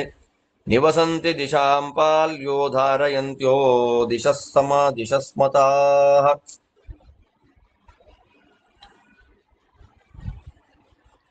ಪೂರ್ವಂ ದಿಶಾಂ ಧಾರಯತೆ ಸುರೂಪಾ ನಾಮ ಸೌರಭಿ ದಕ್ಷಿಣಾಂ ಹಂಸಿಕಾ ನಾಮಾಧಾರಯತ್ಯಪರಾ ದಿಶಂ ಪಶ್ಚಿಮಾ ವಾರುಣೀ ದಿಕ್ಚ ಧಾರ್ಯತೆ ವೈ ಸುಭದ್ರಯ ಮಹಾನುಭಾವಯ ನಿತ್ಯಂ ಮಾತಲೆ ವಿಶ್ವರೂಪಯ ಸರ್ವಕಾಮದುಘಾನಾಮಧೇನುರ್ಧಾರಯತೆ ದಿಶಂ ಉತ್ತರಾಂ ಮಾತಲೆ ಧರ್ಮ್ಯಾಂ ತಥೈಲ ಬಿಲಿಸಂಶ್ರಿತಾಂ ಆಸಾಂತು ಪಯಸಾ ಮಿಶ್ರಂ ಪಯೋ ನಿರ್ಮಥ್ಯ ಸಾಗರೆ ಮಂಥಾನಂ ಮಂದರಂ ಕೃತ್ವಾ ದೇವೈರಸುರ ಸಂಹಿತೈ ಉದ್ಧೃತಾ ವಾರುಣೀ ಲಕ್ಷ್ಮೀ ಅಮೃತಂ ಚಾಪಿ ಮಾತಲೆ ಉಚ್ಚೈ ಸ್ರವಾಶ್ಚಾಶ್ವರಾಜೋ ಮಣಿರತ್ನಂ ಚ ಕೌಸ್ತುಭಂ ಸುಧಾಹಾರೇಷು ಚ ಸುಧಾಂ ಸ್ವಧಾ ಭೋಜೇಷು ಚ ಸ್ವಧಾಂ ಅಮೃತಂ ಚಾಮೃತಾಶೇಷು ಸುರಭಿಃ ಕ್ಷರತೆ ಪಯಃ ಅತ್ರ ಗಾಥಾ ಪುರಾ ಗೀತಾ ರಸಾತಳ ನಿವಾಸಿಭಿಃ ಪೌರಾಣೀ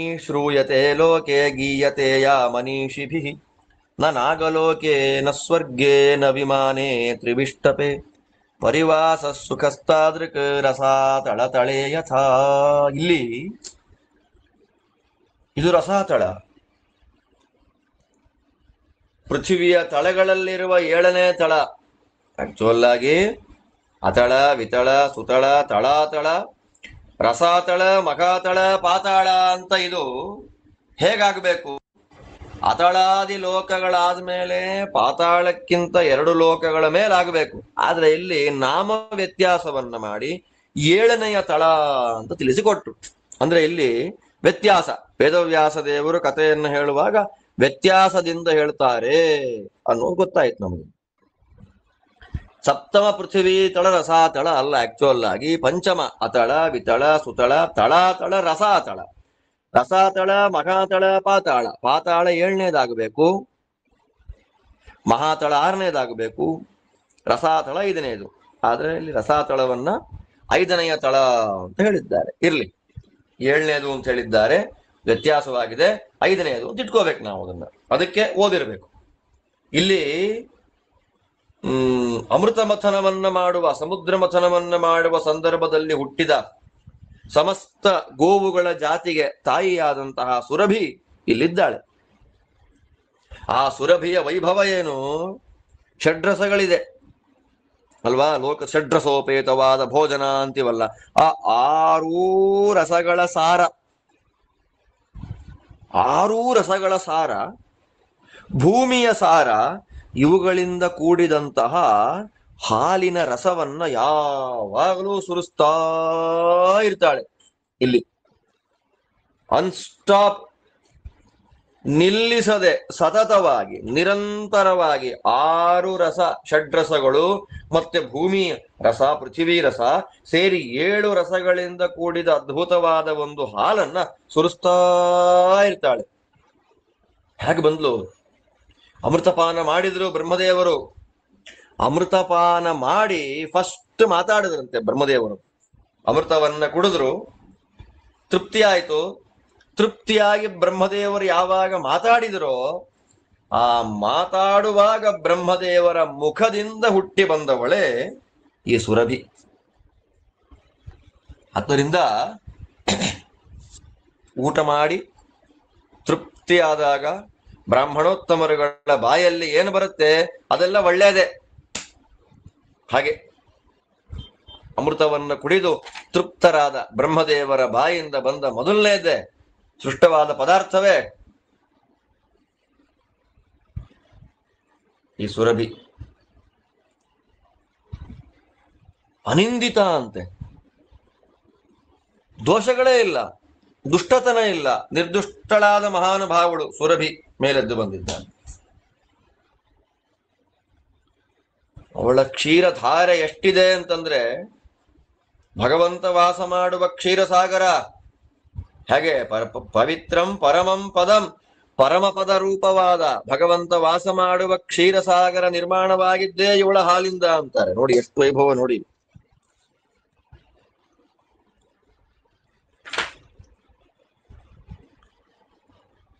ಎಂಥ ದೊಡ್ಡ ಅಲೆಗಳು ಬರುತ್ತೆ ಈ ಕ್ಷೀರ ಸಮುದ್ರದಲ್ಲಿ. ಇವಳ ಹಾಲಿಂದಲೇ ನಿರ್ಮಾಣವಾದ ಪರಮಪದ ರೂಪವಾದ ಕ್ಷೀರಸಾಗರದಲ್ಲಿ ತೀರದಲ್ಲಿ ಇದು ಫೇನಗಳು, ನೊರೆಗಳು, ಕೆನೆಗಳು ಕಟ್ಟಿ ಕಟ್ಟಿ ಕಟ್ಟಿ ತೀರದ ಸುತ್ತ ಹೂವುಗಳು ಅರಳಿರುವಂತೆ ಕಾಣ್ತಾ ಇದೆಯಂತೆ.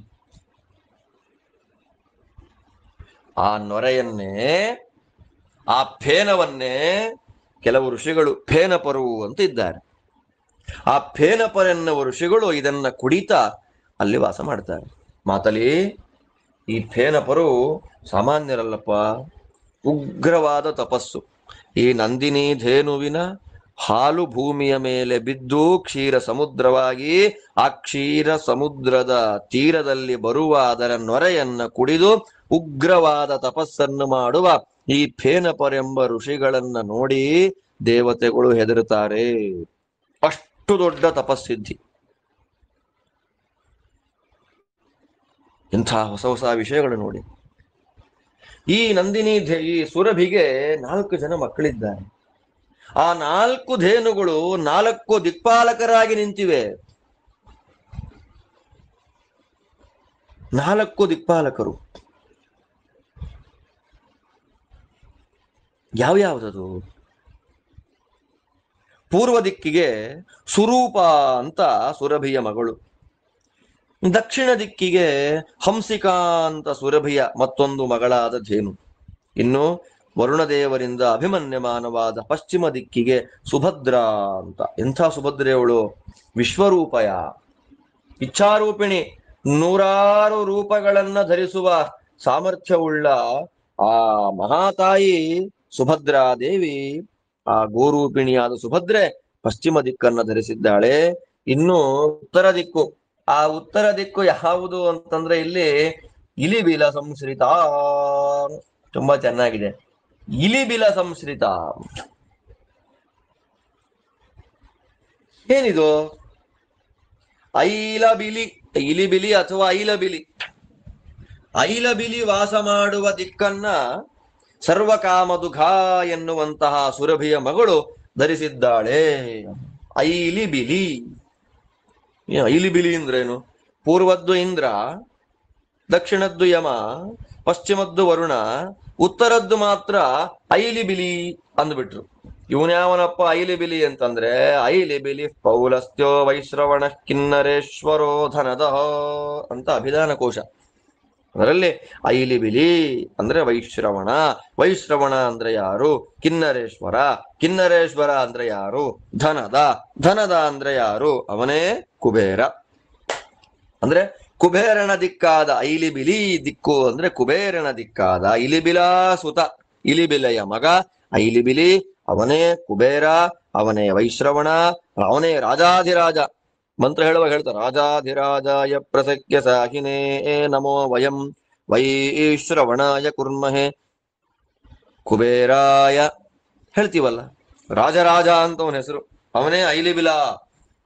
ಅವನ ದಿಕ್ಕು ಉತ್ತರ. ಅಲ್ಲಿ ಯಾವ ಸರ್ವಕಾಮದುಘ. ಪೂರ್ವಕ್ಕೆ ಸ್ವರೂಪ, ದಕ್ಷಿಣಕ್ಕೆ ಹಂಸಿಕಾ, ಪಶ್ಚಿಮಕ್ಕೆ ಸುಭದ್ರ, ಉತ್ತರಕ್ಕೆ ಸರ್ವಕಾಮದುಘ. ಈ ಎಲ್ಲ ಹಸುಗಳ ಹಾಲಿನ ಮಿಕ್ಸ್ ಆದದ್ದೇ ಕ್ಷೀರಸಾಗರ. ಇಂತಹ ಕ್ಷೀರಸಾಗರವನ್ನ ದೇವತೆಗಳು ದೈತ್ಯರು ಸೇರಿ ಮಂದರ ಪರ್ವತವನ್ನ ಹಾಕಿ ಕಳೆದರು. ಕಡದಾಗ ಅಲ್ಲಿ ವಾರುಣಿ ಮಧ್ಯ, ಮಹಾಲಕ್ಷ್ಮೀ ದೇವಿ, ಅಮೃತ, ಉಚ್ಚೈಶ್ರವಸ್ಸು, ಕೌಸ್ತುಭ ಎಲ್ಲವನ್ನ ಪಡೆದ್ರು. ಅಂದ್ರೆ ಇದೆಲ್ಲ ಬಂದಿದ್ ಯಾವುದರಿಂದ ಅಂದ್ರೆ ಈ ಸುರಭಿಯ ಅದರ ಮಕ್ಕಳ ಹಾಲಿನಿಂದ ನಿರ್ಮಾಣವಾದ ಕ್ಷೀರಸಾಗರದಿಂದ ಬಂದದ್ದಿದೆಲ್ಲ. ಸುಧ ಅಮೃತವನ್ನ ಕುಡಿಯುವಂತಹ ದೇವತೆಗಳಿಗೆ ಸ್ವಾಹ ಅನ್ನುವಂತಹ ಅನ್ನವನ್ನ ಕೊಡ್ತಾಳೆ.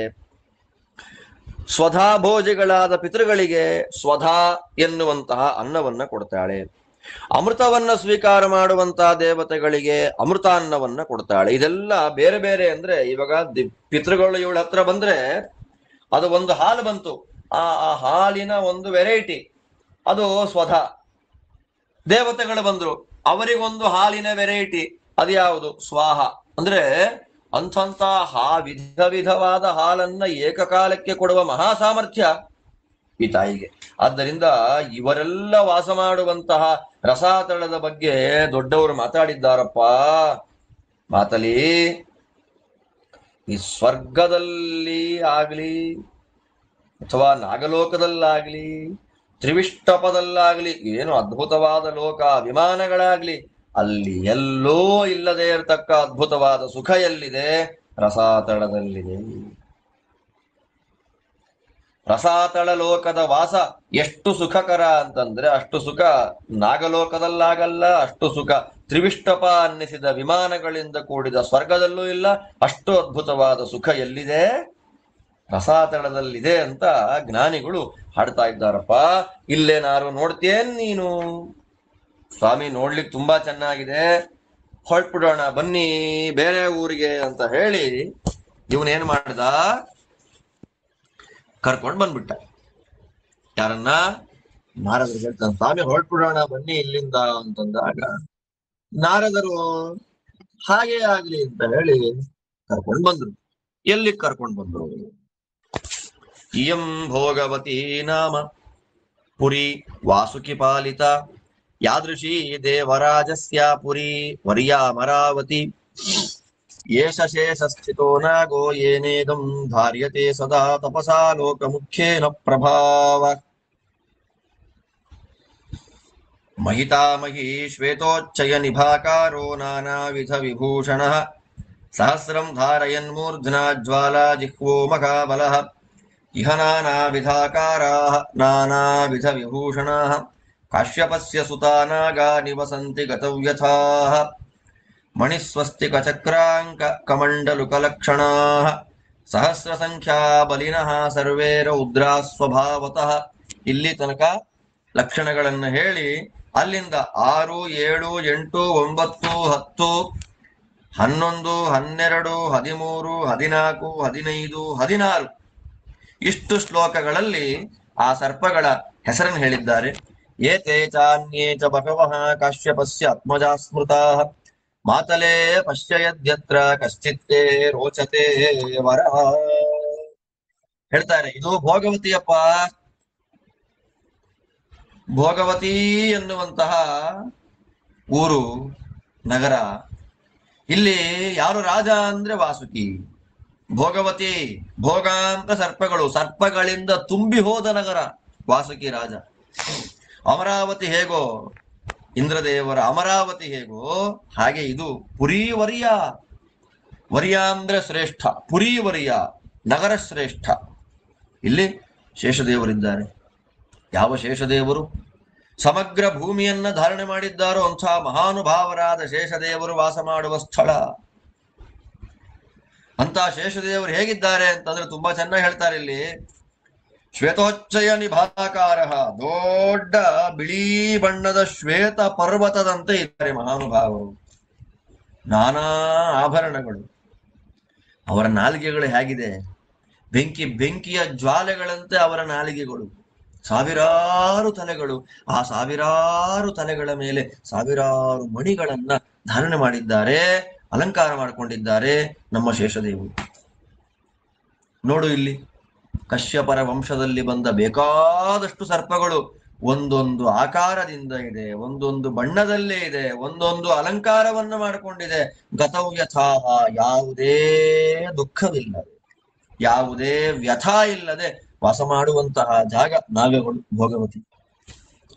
ಒಂದೊಂದು ನಾಗಗಳಿಗೆ ಒಂದೊಂದು ಲಕ್ಷಣ ಅಂತೆ. ಕೆಲವು ನಾಗಗಳು ನಾಗಮಣಿಯನ್ನ ಧರಿಸಿದ್ದಾವೆ, ಅದು ಅದರ ಲಕ್ಷಣ. ಇನ್ನು ಕೆಲವು ನಾಗಗಳು ಅದರ ಹಣೆಯಲ್ಲಿ ಹೆಡೆಯಲ್ಲಿ ಸ್ವಸ್ತಿಕ ಚಿಹ್ನೆ ಇರುತ್ತೆ. ಮತ್ತೆ ಕೆಲವು ಸರ್ಪಗಳ ಹಣೆಯಲ್ಲಿ ಚಕ್ರದ ಚಿಹ್ನೆ ಇರುತ್ತೆ. ಮತ್ತೆ ಕೆಲವು ಸರ್ಪಗಳ ತಲೆಯಲ್ಲಿ ಕಮಂಡಲುವಿನ ಚಿಹ್ನೆ ಇರುತ್ತೆ. ಈ ರೀತಿಯಲ್ಲಿ ನಾನಾ ಚಿಹ್ನೆಗಳನ್ನ ಅಲಂಕಾರ ಮಾಡಿಕೊಂಡ, ನಾನಾ ಚಿಹ್ನೆಗಳ ಲಕ್ಷಣದಿಂದ ಕೂಡಿದ ಸಾವಿರಾರು ಕಮಂಡಲುಕ ಲಕ್ಷಣ. ಕಮಂಡಲು ಅಂತಂದ್ರೆ ರೌಂಡಾಗಿ ಮಲ್ಕೊಂಡ್ಬಿಡೋದು, ಅಹಿಕುಂಡಲ. ಹಾಗೆ ಆ ಸರ್ಪಗಳೆಲ್ಲ ಇವೆ. ಎಂಥೆಂಥ ಸರ್ಪಗಳವು? ಬಲಿನಃ, ಮಹಾಬಲಶಾಲಿಗಳು. ಮತ್ತೆ ಸ್ವಾಭಾವಿಕವಾಗಿಯೇ ರೌದ್ರ ಸ್ವಭಾವ ಅವುಗಳು, ಕೋಪ. ಯಾರ್ಯಾರು ಅದರಲ್ಲಿ ಚೆನ್ನಾಗಿ ಹೇಳ್ತಾರೆ ಇಲ್ಲಿ. ಕೆಲವು ಸರ್ಪಗಳಿಗೆ 1000 ತಲೆಗಳು, ಕೆಲವು ಸರ್ಪಗಳಿಗೆ 500, ಇನ್ನು ಕೆಲವು ಸರ್ಪಗಳಿಗೆ 100, ಇನ್ನು ಕೆಲವು ಸರ್ಪಗಳಿಗೆ 3, ಇನ್ನು ಕೆಲವು ಸರ್ಪಗಳಿಗೆ 15, ಇನ್ನು ಕೆಲವು ಸರ್ಪಗಳಿಗೆ 7. ಅಂದ್ರೆ 1000, 500, 100, 3, 15, 7 ಈ ರೀತಿಯಾದ ಮುಖಗಳಿಂದ ಕೂಡಿ ದೊಡ್ಡ ಬಲ, ದೊಡ್ಡ ಶರೀರ ಇದೆಲ್ಲ ಇಟ್ಟುಕೊಂಡು ಅದ್ಭುತವಾಗಿರ್ತಕ್ಕಂತಹ ಭೋಗಗಳನ್ನ ಅನುಭವಿಸ್ತಕ್ಕಂತಹ ಸರ್ಪಗಳು ಶೇಷವಾಸುಕಿಗಳ ಆಶ್ರಯದಲ್ಲಿ ಇಲ್ಲಿ ವಾಸ ಮಾಡ್ತಾರೆ. ಒಂದೇ ವಂಶಕ್ಕೆ ಸಂಬಂಧಪಟ್ಟ 1000, ಲಕ್ಷ, ಅರ್ಬುದ ಸಂಖ್ಯೆಯ ಸರ್ಪಗಳು ವಾಸ ಮಾಡ್ತಾರೆ. ಒಂದೇ ವಂಶಕ್ಕೆ ಸೇರಿದ ಕೋಟಿ ಕೋಟಿ ಕೋಟಿ ಕೋಟಿ ಸಂಖ್ಯೆಯ ಸರ್ಪಗಳು ವಾಸ ಮಾಡುವ ಜಾಗವಿದೆ. ಹೆಸರು ಹೇಳ್ತೀನಿ ಕೇಳು. ಶೇಷನ ಹೆಸರಾಯ್ತು. ವಾಸುಕಿ, ತಕ್ಷಕ, ಕಾರ್ಕೋಟಕ, ಧನಂಜಯ, ಕಾಲಿಯ, ನಕುಶ, ಕಂಬಲ, ಅಶ್ವತರ, ಬಾಹ್ಯಕುಂಡ, ಮಣಿ, ನಾಗ, ಆಪೂರಣ, ಖಗ, ವಾಮನ, ಏಲಾಪತ್ರ, ಕಕುರ ಅಥವಾ ಕುಕುರ, ಕುಕುಣ, ಆರ್ಯಕ, ನಂದಕ, ಶಲಕ, ಪೋತಕ, ಕೈಲಾಸಕ, ಪಿಂಜರಕ, ಐರಾವತ, ಸುಧಾಮನ, ದಧಿಮುಖ, ಶಂಖ, ನಂದ, ಉಪನಂದ, ಆಪ್ತ, ಕೋಟರಕ, ಶಿಖಂಡಿ, ನಿಷ್ಠುರ, ತಿತ್ತಿರಿ, ಹಸ್ತಿಭದ್ರ, ಕುಮುದ, ಮಾಲ್ಯಪಿಂಡಕ, ದ್ವಿಪದ್ಮ, ಪುಂಡರೀಕ, ಪುಷ್ಪ, ಮುದ್ಗರಪರ್ಣ, ಕರವೀರ, ಪೀಠಕರ, ಸಂವೃತ್ತ, ವೃತ್ತ, ಪಿಂಡಾರ, ಬಿಲ್ವಪತ್ರ, ಮೂಷಿಕಾದ, ಶಿರೀಷಕ, ದಿಲೀಪ, ಶಂಖಶೀರ್ಷ, ಜ್ಯೋತಿಷ್ಕ, ಅಪರಾಜಿತ, ಕೌರವ್ಯ, ಧೃತರಾಷ್ಟ್ರ, ಕುಹಕ, ಕುಶಕ, ವಿರಜ, ಧಾರಣ, ಸುಬಾಹು, ಮುಖರ, ಜಯ, ಬಧಿರ, ವಿಕುಂಡ, ವಿರಥ, ಸುರಥ. ಇಷ್ಟಲ್ಲ, ಇನ್ನೂ ಅನೇಕ ಸರ್ಪಗಳು, ಕಶ್ಯಪರ ಮಕ್ಕಳಾದ ಅನೇಕ ಸರ್ಪಗಳು ವಾಸ ಮಾಡ್ತವೆ. ಈ ಸರ್ಪಗಳ ಮಧ್ಯದಲ್ಲಿ ನಿನಗೆ ಯಾರಾದ್ರೂ ವರ ಇಷ್ಟವಾದ್ರೆ ನೋಡು, ಮಾತಾಡ್ತೀನಿ ಅಂತ. ನೋಡಿ, ಅವನಿಗೆ ಇಷ್ಟ ಇದ್ದಿದ್ದೆ ಆಕ್ಚುಯಲ್ ಆಗಿ ಹೆಂಡತಿ ಹತ್ರ ಅವನು ಮಾತಾಡ್ಕೊಂಡು ಹೊರಟಿದ್ದೆ ನಾಗಲೋಕಕ್ಕೆ ಹೋಗ್ಬೇಕು ಅಂತ. ನಾರದರವನನ್ನ ವರುಣದೇವರ ಮನೆಯಿಂದ ಕ್ರಮವಾಗಿ ಕೆಳಗಿಳಿದು ಕರ್ಕೊಂಡು ಬಂದು ಭೋಗವತಿಗೆ ಬಿಟ್ಟು. ಅಂದ್ರೆ ಡೈರೆಕ್ಟ್ ಆಗಿ ಅವನನ್ನ ನಾಗಲೋಕಕ್ಕೆ ಕರ್ಕೊಂಡು ಬಂದು ಪರಿಚಯ ಮಾಡಿಸ್ಕೊಟ್ಬಿಟ್ಟಿದ್ದಿದ್ರೆ ವರನದ್ದು, ಇದರಿಂದ ವಂಚಿತರಾಗ್ತಾ ಇದ್ದಿದ್ದು ನಾವು. ಯಾಕೆ ಅಂತಂದ್ರೆ ಎಷ್ಟು ವೈಭವದ ಲೋಕಗಳ, ಅಧೋಲೋಕಗಳ ವೈಭವ, ಅಲ್ಲಿ ವಾಸ ಮಾಡುವ ಜನಗಳ ವೈಭವ, ಅಲ್ಲಿನ ಪದಾರ್ಥಗಳ ವೈಭವ, ಅಲ್ಲಿನ ವಿಶ್ವವಿಖ್ಯಾತವಾದ ರಹಸ್ಯ ಪ್ರಮೇಯಗಳ ವೈಭವ ನಮಗೆ ಯಾವುದೂ ಗೊತ್ತಾಗ್ತಾ ಇರಲಿಲ್ಲ. ಆದ್ದರಿಂದ ವ್ಯಾಸರ ಕರುಣೆ ಹೇಗೆ ಮುಖ್ಯವೋ, ನಾರದರ ದಯೆ ನಮ್ಮ ಮೇಲೆ ಎಷ್ಟು ದೊಡ್ಡದ್ದಿದೆ ಅಂತಂದ್ರೆ, ಎಲ್ಲ ಲೋಕಕ್ಕೆ ನಿಧಾನವಾಗಿ ಮೆಟ್ಟದನ್ನ ಇಳಿಸಿ ಇಳಿಸಿ ಇಳಿಸಿ ಕರ್ಕೊಂಡು ಬರುವಂತೆ ನಿಧಾನವಾಗಿ ಕೆಳಗಿಳಿದು ಆಯಾ ಲೋಕಗಳ ಎಲ್ಲದರ ಪರಿಚಯ ಮಾಡಿಕೊಡ್ತಾ ಕೊನೆ ಕರ್ಕೊಂಡು ಬಂದ್ರು. ಅಲ್ಲೊಬ್ಬ ಇಷ್ಟ ಆದ, ಹೇಳ್ತಾನೆ ಮಾತಲಿ ಪ್ರೇಮ ವ್ಯಗ್ರಹ ಸತತಂ ಸನ್ನಿರೀಕ್ಷ ವೈ ಅಪ್ರಚ್ಛ ನಾರದಂ ತತ್ರ ಪ್ರೀತಿಮಾನಿವಚಾಭವತ್ ಸ್ಥಿತೋ ಯಯೇಷ ಪುರುತಃ ಕೌರವ್ಯಸ್ಯಾರ್ಯಕಸ್ಯ ತು ದ್ಯುತಿಮಾನ್ ದರ್ಶನೀಯಶ್ಚ ಕಸ್ಯೈಷ ಕುಲನಂದನಃ ಕಫ್ಪಿತಾ ಜನನೀ ಚಾಸ್ಯ ಕಥಮೈಷಸ್ಯ ಭೋಗಿನಃ ವಂಶಸ್ಯ ಕಸ್ಯೈಷ ಮಹಾನ್ ಕೇತುಭೂತೈವ ಸ್ಥಿತಃ ಪ್ರಣಿಧಾನೇನ ಧೈರ್ಯೇಣ ರೂಪೇಣ ವಚಸಾ ಚ ಮೇ ಮನಃ ಪ್ರವಿಷ್ಟೋ ದೇವರ್ಷೇ ಗುಣಕೇಶ್ಯಾಹ ಪತಿರ್ವರಃ ಮಾತಲಿಂ ಪ್ರೀತಮನಸಂ ದೃಷ್ಟ್ವಾ ಸುಮುಖದರ್ಶನಾತ್ ನಿವೇದಯಾಮಾಸ ತದಾ ಮಾಹಾತ್ಮ್ಯಂ ಜನ್ಮ ಕರ್ಮ ಚ ಐರಾವತ ಕುಲೇ ಜಾತಃ ಸುಮುಖೋ ನಾಮ ನಾಗರಾಟ್ ಆರ್ಯಕಸ್ಯ ಮತಃ ಪೌತ್ರೋ ದೌಹಿತ್ರೋ ಮೇನಕಸ್ಯ ಚ ಏತಸ್ಯ ಹಿ ಪಿತಾ ನಾಗಃ ಚಿಕುರೋ ನಾಮ ಮಾತಲೆ ನ ಚಿರಾದ್ವೈನತೆ ಯೇನ ಪಂಚತ್ವಂ ಉಪಪಾದಿತಃ ತತೋ ಬ್ರವೀತ್ ಪ್ರೀತಮನಾ ಮಾತಲಿರ್ನಾರದಂ ವಚಃ ಯೇಷ ಮೇ ರುಚಿತಸ್ತಾತ ಜಾಮಾತಾ ಭುಜಗೋತ್ತಮಃ ಕ್ರಿಯತಾಮತ್ರ ಯತ್ನೋ ಹಿ ಪ್ರೀತಿಮಾನಸ್ಮ್ಯನೇನ ವೈ ಅಸ್ಯ ನಾಗಪತೇರ್ದಾತುಂ ಪ್ರಿಯಾಂ ಯೋಗಿತರಂ ಮುನಿ. ಸ್ವಾಮಿ ನಾರದರೆ, ನಿಮ್ ಮಾತನ್ನೆಲ್ಲ ಕಾನ್ಸಂಟ್ರೇಟೆಡ್ ಆಗಿ ಕೇಳ್ತಾ ಇದ್ದೀನಿ ಸ್ವಾಮಿ ನಾನು. ಅದೇ ಈ ನೀವು ನಾಗಗಳ ಹೆಸರನ್ನೆಲ್ಲ ಹೇಳ್ತಾ ಅವರೊಬ್ಬರನ್ನೇ ಪರಿಚಯ ಮಾಡ್ಕೊಡ್ತಾ ಬಂದ್ರಲ್ಲ, ಅಲ್ಲಿ ಆ ಕೌರವ್ಯ ಮತ್ತು ಆರ್ಯಕ ಆ ಎರಡು ನಾಗಗಳ ಮುಂದೆ ವಿನೀತನಾಗಿದ್ದಾನಲ್ಲ, ಸುಂದರ ನಾಗ, ಕಾಂತಿಮಂತ ನಾಗ, ಅವನು ಯಾರು? ಯಾವ ವಂಶಕ್ಕೆ ಸೇರಿದವನು? ಅವನ ಅಪ್ಪ ಯಾರು? ಅಮ್ಮ ಯಾರು? ಅವನ ಕುಲ ಯಾವುದು? ಯಾವ ವಂಶಕ್ಕೆ ಅವನು ಧ್ವಜನಾಗಿದ್ದಾನೆ? ಅವನ ಪ್ರಣಿಧಾನ, ಅವನ ಕಾನ್ಸಂಟ್ರೇಷನ್, ಅವನ ಧೈರ್ಯ, ಅವನ ರೂಪ, ಅವನ ವಯಸ್ಸು, ಈ ಎಲ್ಲ ಗುಣಗಳಿಂದ ನನ್ನ ಮನಸ್ಸನ್ನ ಪ್ರವೇಶ ಮಾಡಿಬಿಟ್ಟಿದ್ದಾನೆ. ಇವನೇ ನನ್ನ ಮಗಳಿಗೆ ಯೋಗ್ಯ ಗಂಡ. ದಯಮಾಡಿ ನೋಡ್ರಿ ಅಂತಂದಾಗ ನಾರದರಂತಾರೆ, ಅವನ ಮುಖದಲ್ಲಿ ಸಂತೋಷ, ಯಾರಿಗೆ? ಮಾತಲಿಗೆ. ಸುಮುಖ ಎನ್ನುವ ನಾಗನ ದರ್ಶನದಿಂದ ಪರಮ ಸಂತುಷ್ಟನಾದ ಮಾತಲಿಗೆ ನಾರದರು ಹೇಳ್ತಾರೆ, ಇವನು ಐರಾವತ ಎನ್ನುವ ನಾಗನ ಕುಲದಲ್ಲಿ ಹುಟ್ಟಿದವನಪ್ಪ. ಸುಮುಖ ಅಂತ ಒಬ್ಬ ನಾಗರಾಜ ಇವನು. ಆರ್ಯಕ ಎನ್ನುವಂತಹ ಸರ್ಪದ ಪೌತ್ರ, ಮೇನಕ ಎನ್ನುವಂತಹ ಸರ್ಪನ ದೌಹಿತ್ರ. ಅಂದ್ರೆ ಇವನ ತಾಯಿಯ ತಂದೆ ಮೇನಕ, ತಂದೆಯ ತಂದೆ ಆರ್ಯಕ. ಇವನ ತಂದೆ ಚಿಕುರ ಅಂತ ಒಬ್ಬ ನಾಗ, ಚಿಕುರ.